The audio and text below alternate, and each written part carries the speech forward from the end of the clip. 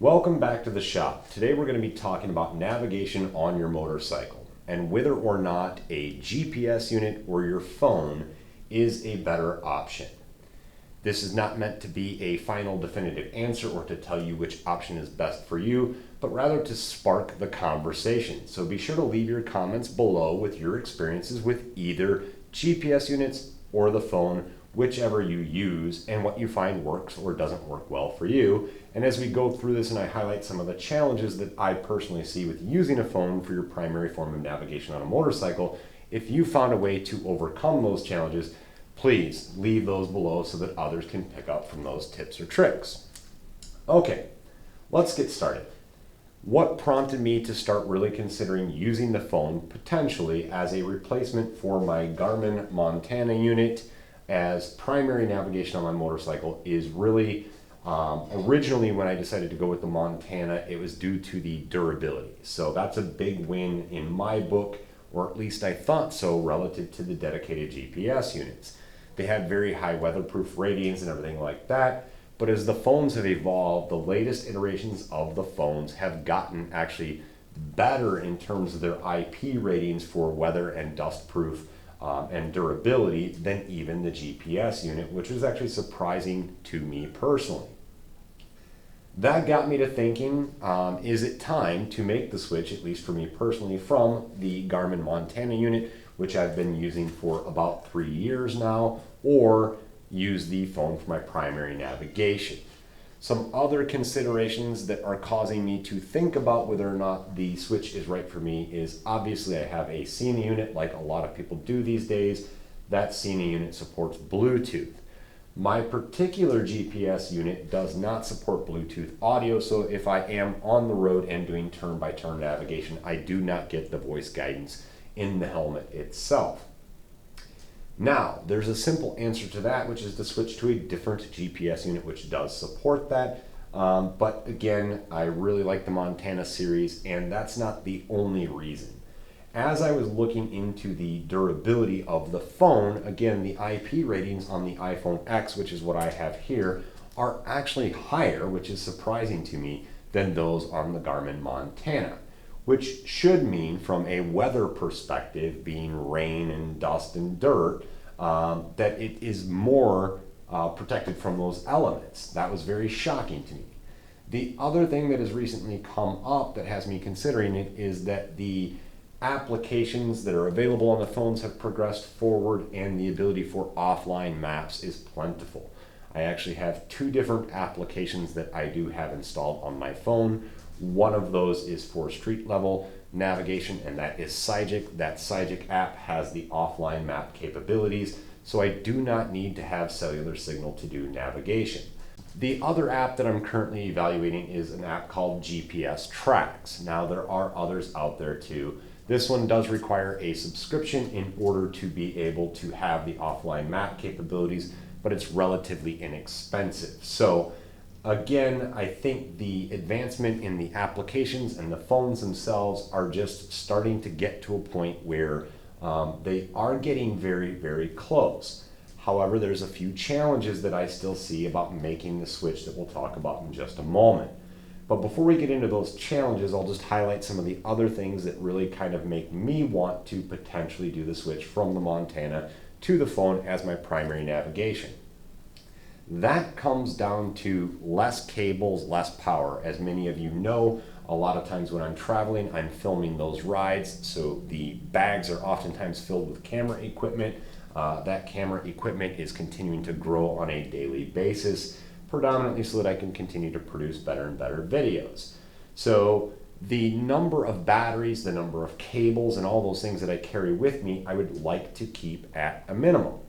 The phone is one of my primary cameras when I'm doing filming. So by having the phone be the device that's doing all things, it just means that I have one less thing that I have to worry about in terms of having chargers or batteries or anything like that for it. Now, the Garmin unit is hardwired in, so I don't really have to worry about that too much. I just drop it in the cradle.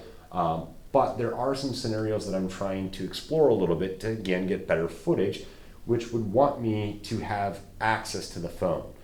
Historically, although I've got the cradle here, I don't leave the phone in the cradle. I usually have it tucked away somewhere. The cradle is there, again, just kind of for a backup or a fallback in case my GPS unit ever acted up and I did have to use the phone as navigation. So the ability to support tracks and navigate tracks and keep direction up versus north up, all of those things I feel have all gotten there in relation to the phone and the applications available on them.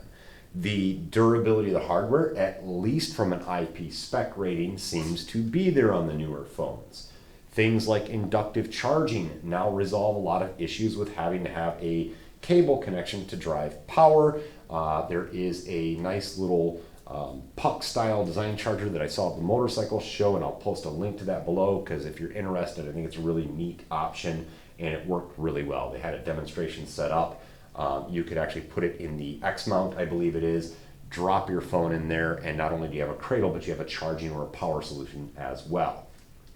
So most things seem to be solved, or I have found answers to most of the challenges that I had perceived to be limiting factors before in regards to making this switch, which has encouraged me that maybe now is the time. However, now we get into the remaining challenges, and this is where I would invite all of you to propose solutions that you might have found to some of these challenges in the comments below. Before I can fully make the switch and get rid of the Montana as my primary navigation unit, there are really two key things that I haven't been able to find resolution to. The first of those is the ability to see the screen. The one thing that the Garmin has in this Montana, I don't know if the Zumo units have it or not, but it actually has e-reader technology built into the screen, meaning the way light reflects off of the screen is dramatically different on the Montana, which makes it visible in high bright sunlight situations, which is obviously often the case on a motorcycle. There's no shroud or anything around it to hide or shade the screen and make it visible. So obviously that might be an option, and if some of you have done this, please, again, post in the comments below, post links to photos that you might have if you've done any kind of, custom sunshade to shade the screen on the phone to try and make it readable in direct sunlight. I've researched a little bit, and basically I have looked into like matte screen protectors, but I'm finding very conflicting stories in terms of which of those do or do not work. And if they actually do change the ability to read this screen in direct sunlight or not. So if you guys have experience with any of those and you know of ones that do work, again, please post those in the comments below. If I were able to find a resolution to being able to see the screen in direct sunlight, then that overcomes one of the primary remaining challenges for me. The next one up is still the phones tend to overheat. I've run the Garmin on a lot of trips in all kinds of varying conditions from extreme cold to extreme heat, and I've never had an issue with the GPS letting me down. The phones, on the other hand, at least from my experience, not using it as a primary navigation device, but using it in other areas like a camera, anytime it has an extreme cold or an extreme hot, it affects the performance of the phone pretty dramatically. And sometimes, in the case of this iPhone at least, and I don't know if others have this problem too with like Android devices, but in extreme heat conditions, the device will actually shut itself down. Obviously, if I'm relying on it as my primary navigation, that would be a showstopper for me. Then the last thing, which isn't really a challenge because there are answers to it, it's just something that I want to highlight and again get your guys' feedback on if you have different experiences. But these are capacitive touch screens, these are resistive touch screens. What that means is the resistive touch screens, as you put it, your finger is actually putting pressure on the screen. That pressure on the screen is what's telling it to sense the touch.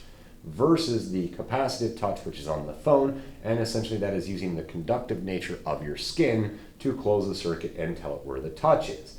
As we've all experienced, the advantage to the capacitive touch is that it's far more responsive, much quicker to respond to the touch. The downside to that is that obviously then if you have riding gloves on, then you have to have riding gloves that specifically have the ability to work with a touchscreen device. Again, if you guys have specific experiences with gloves that offer good protection and do a really good job of working with the phone, please post those in the comments below, because that would be another item that I would have to figure out before I can make the complete switch. The last thing, and I will admit this is a bit geeky and it ties into what I do for a living, but the idea of using the phone to me opens up a plethora of opportunities, one of which would be to create some kind of a handlebar mount that communicates with Bluetooth or wired lightning connection or something like that to the iPhone and give me kind of that, I hate to say it, but BMW style control. They do one of the best jobs that I've seen in the business in terms of a handlebar control that allows you to zoom in, zoom out, and navigate the GPS. I don't really want a lot of controls. I'm not making significant changes to the GPS unit while I'm riding along usually, but that ability to manually control the zoom level, especially when I'm navigating tracks, would be extremely helpful, and those options are available. I've explored some of these options with the Garmin Montana unit, but I haven't found anything that really, at least with the knowledge that I have available to me, says that that's even a possibility. There are some data in ports and some data out ports on this cradle mount. However, they seem to be more of, serial inputs and serial outputs, and I can't find any reference material that says how those serial inputs would be used to do things like zoom the device. Obviously, with Bluetooth or lightning connectors or anything like that, the documentation is much broader on that, so being able to do something, and there is an SDK available obviously for smartphones, so those options become opened up. And again, the other big influencing factor for me personally is the phone is a great platform for me to tie into my video recording equipment, frame shots, preview things, even start remote recordings in some scenarios. So those are some of the reasons that I personally look at it. I think at the end of the day, the common thing that I see with the phones is that they will continue to advance at a faster pace than the GPS units. The GPS units are great, but they are a dedicated device and they just don't advance at the same pace because the market for the device is much smaller. So in closing, that's where I am in my decision making in terms of making the switch from the dedicated GPS unit to the phone as my primary navigation on the motorcycle. I'm not convinced just yet. Hopefully some of you have thoughts and ideas and experiences that maybe will get me to convince and switch all the way over to the phone as a primary navigation, overcoming some of those challenges that we talked about. If you liked this video or you found it entertaining, be sure to give it a great big thumbs up. Be sure to share it on social media. And if you haven't already, be sure to click that subscribe button along with the bell notification so that you get notified whenever we upload new videos. Until next time, take care and ride safe.